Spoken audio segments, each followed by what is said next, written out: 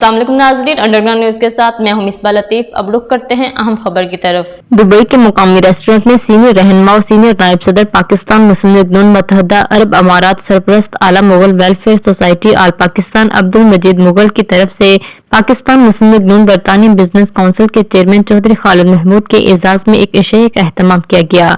मजीद अहवाल जानते हैं हमारी नुमाइंदे की इस रिपोर्ट में। इशाई में पाकिस्तान मुस्लिम लीग नून के सीनियर रहनुमा मरकजी सदर मुत्तहदा अरब अमारात गुलाम मुस्तफा मुगल, सीनियर रहनुमा और सीनियर नायब सदर पाकिस्तान मुस्लिम लीग नून मुत्तहदा अरब अमारात अब्दुल मजीद मुगल, नायब सदर शौकत महमूद भट्ट, नायब सदर जमील बंग्याल, डायरेक्टर सपाल इंडस्ट्री चौधरी इमरान अशरफ सपाल, चौधरी साकब, चौधरी मोहसन और दीगर अहबाब ने शिरकत की। इस मौका पर मुल्क की सियासी सूरत-ए-हाल पर तबादला ख्याल किया गया।